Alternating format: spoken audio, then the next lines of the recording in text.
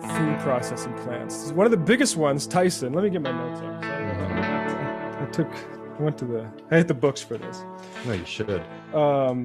I mean, I've known Tyson's bad for a while. I've stopped buying their frozen stuff. I'm a big air fryer fan, and so I've come across Tyson in the sections that I habitate. And even before this whole coronavirus betting thing, which I'll detail later, the word was out that Tyson is particularly egregious when it comes to a lot of different business practices. So 20% of beef, pork, and chicken in the U.S.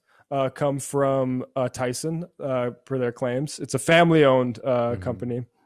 Let's see this. So just to update on the news why this is a peg. So in November, CEO Dan Banks announced suspensions and an Eric Holder-led investigation representing the firm Covington Burlington into that. And that announcement came a day after a lawsuit alleged that plant managers were betting, among other things, including like telling people to ignore their symptoms and keep working. But the headline is betting on how many employees would catch coronavirus. Literally cash buy-in. So like that, right? Which is a detail, like it's not a hypothetical thing. This guy took money, but I worry that there's going to be too much focus on the guy who set up the betting pool, who is egregious, and I will, we will spend time on him. But I just want to focus on Tyson in general first. So Tyson's been a problem for a while, as I mentioned, and the suit names Banks, CEO Dan Banks. There's a couple CEOs mentioned here. Chairman John Tyson, another CEO, Noel White, President Stephen Stouffer, Vice President Tom Brower, and those are the people I think we really need to focus on. And then you also have this manager, Tom Hart, the safety lead, Brett Tompkin, and some other managers. $42.4 billion in sales in a year last year. Now, the Waterloo plant where this betting occurred is the largest pork plant in the country. 2,800 workers, over 1,000 of them were infected with COVID, and these numbers are as of May. Right. So this is what the lawyers are at. These numbers are obviously way more because COVID hadn't really even it got to the meat plants in May in like places like South Dakota and Iowa, but it hadn't really gotten to those areas. So these numbers are definitely way up. But as of May, Tyson as a company had 4,600 cases and 18 deaths. They told workers they had a responsibility to feed the U.S. population. And deny positive results. You basically continue to work. And one supervisor was literally told by another to return back to work because we all have symptoms. By mid-April, even the sheriff of the county said, what was the quote here? The plant conditions shook him to the core. And that was the time of the cash buy-in pool. There's also one reported case of production line vomiting. And the company offered $500 bonuses for employees that didn't miss a day through the 3 months. Right. So $500. Yeah. That's your incentive structure right there. Make sure, even if you're sick, coming to work. 3 months. So 5 divided by 3. Yeah. What 33 per month? I can't do the math that fast. 160. I don't know.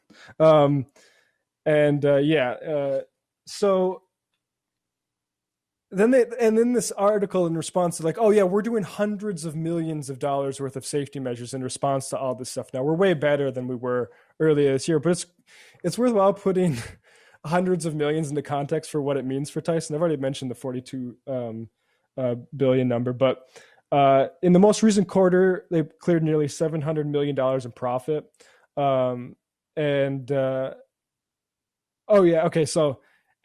Since 2000, they've paid out $100 million in employment and safety violations.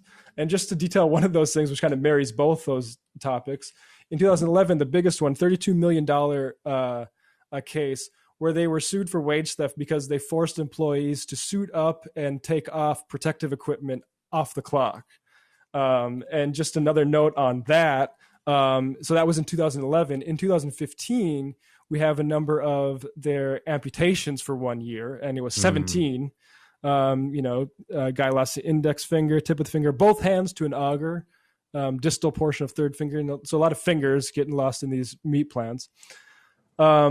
and yeah, the safety conditions aren't great, and it's you hear that the position these workers are put in, Hmm. uh, just complete desperation because they aren't being taken care of by the broader government. So there's not they need the jobs, they need the Hmm. money to feed their families, and so they are going and they're under the thumb of these companies. Um, you were going to say something? Oh, I mean, I have stuff too. Just like people need to understand one, how dangerous this kind of work is. I mean, this is, a job that is more dangerous than being a cop, right? Oh, This is, absolutely. exactly. Yeah, I just want to say one thing real quick Yeah. about these amputations is that's just full amputations. That doesn't Yeah. mention the numerous maimings that of course happen that are way more than full, like, clear losing an appendage. So anyway, go on. No, and like the thing is that it's an open secret. Most people have an understanding that these facilities, treat their employees horrifically. And what we've seen over the past few months has been Donald Trump getting together with all of these, the owners of these companies, Tyson and Smithfield, et cetera, to make sure that they are protected, from any kind of suits for infecting people with COVID or infecting their employees with COVID. They were pumping up meat production at a time when they should have been pulling it down because you can't safely social distance on an assembly line plant like that if you are up in your capacity. And but this is something that started long before, obviously, COVID, and it also needs to be noted that this is an open secret, not just to people in progressive media or activists or things like this, but within the government itself. And one of the most egregious of this kind of merging between government and private enterprise is the fact that in a lot of states like Georgia and Iowa and North Carolina, you have people who have high up positions in government who make money from Tyson. So in Camilla, Georgia, there was early warning signs that there was going to be an outbreak, and the county health director had to recuse himself because he makes so much money personally from his dealings with Tyson. OHSA, the Occupational Health and Safety Administration, found in 2017 that workers in meat processing facilities are unlikely to report egregious worker violations, worker health safety violations, et cetera, because these companies are notorious for retaliation. And this is an industry that on average salary is something around $12 an hour. So these are people who do not have a lot of money saved up in the bank to deal with a kind of legal fight. And that's the way that they like it. Oh yes. A lot of these plants are very secluded and they're in rural areas where there's not a lot of other jobs. So this is one of those kind of, situations where it's the only game in town and you better shut up and sit down and shut up if you want to keep your job or, maintain any kind of normalcy in your life. I mean, these are just egregious corporations. And it doesn't have to be this way, but because we have such a merging of, government protecting these industries, like we saw so exceptionally with Donald Trump, very recently, but also for years and years, it's only gotten worse. Yeah, I mean, court documents in this case make plain that executives were lobbying the Trump administration for protection for mitigation efforts, being like shutdowns and things like that. Hmm. No doubt they're lobbying for immunity from lawsuits, and they lobbied successfully Governor Kim Reynolds to issue an executive order saying that only the state government and not local governments, like let's say you're a local government that has a pork processing plant in your area, can issue the shutdown orders. So they basically, Mm. freed Tyson from any local authority. And another thing we should mention before we get to the betting guy, because well, actually, let's do that first, because and I'll get to something more positive. So there's this article here of this guy from last year of Tom Hart, who is the manager who issued the betting pool, and I think it's just interesting to put the sort of press on notice. Don't write articles like this. So Waterloo Man works his way from custodian to Tyson plant manager. And I just want to focus in on some of these quotes and how the sort of like post-game basketball press conference style of these, and how credulous this reporting is, right? It's all about support. If I didn't have that, I wouldn't be here today. He says basically he worked his way up. I mean, interestingly, from the in-house contractor that does sanitation. And but the vapidity of this. Mm. First of all, the human resources manager's name is Terry Rottinghouse, which I think is a kind of a Dickensian name for somebody who works at a animal processing factory. But Terry Rottinghouse says it makes him a fantastic plant manager because he understands the entire process from the ground up. I have no doubt. But like this sort of thing is like that is a big part of what I bring to my leadership team and our members each day. We have some of the greatest people out there. They want to be the best at what they do, but that's where we come in by letting them know what good is in detail. There's another thing, like if you've got good core values and put in the work and learn as much as you can, the doors of opportunity just open. I think we know what kind of core values get people promoted at Tyson, right? Like, Exactly. and it's like, and then like just like the way that the reporter here editorializes, through investing in employees, Hart lays the groundwork for the company's future, striving to improve Tyson by equipping employees. Like, look up Tyson before you write this. Anyway, okay, so that's probably too much Yeah. on that, but do you have anything you want to say before I have a positive story about fighting Tyson? Yeah, well, I just no, definitely, let's get to that. I just wanted to add one more thing. I mean, this is a company that 100% needs to be investigated, by the government, especially for what happened in North Carolina early on in the COVID crisis, where they were ordering their own private COVID-19 tests, and there are a lot of reports and allegations that they were purposefully suppressing the numbers that were coming out of their processing facilities in North Carolina, right? So this is an organization that is just ripe with corruption, evil, and wickedness, and 100% needs to be investigated as soon as possible. Yeah. And here is a story you would have heard about if the Democratic Party were a functioning opposition from 2017. Well, I mean, they're completely bought by Tyson. Let's not. I mean, I'm sure. I haven't checked the fund on this, but I'm sure Tyson is an equal opportunity donor to terrible Oh, yeah, candidates. definitely.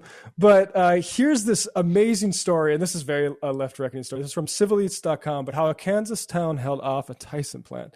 Tonganoxie residents are the latest in a new wave of rural communities standing up to Big Ag. And it's just, I think, really inspiring the way, like, one, how fast and decisively the community came together against this Tyson plant. And it's, like some basic infrastructural ideas, like there's going to have to be a lot of trucks here. And Tyson, like, okay, so here's the dynamic that's just remarkable that this Civilites article outlines. So Tyson, because they have all this power and this cozy relationship with all these politicians, they negotiate these deals so they can open up a plant in your county, but not pay any taxes, or get extremely good tax deals. So in Leavenworth here in Kansas was like the people were very quickly realized. And I think this is indicative of a rising consciousness on these matters, that okay, so you're gonna make this huge plant here, and you're gonna have how many semi trucks coming in and out of this place, and then we're gonna be stuck with the bill for the infrastructure.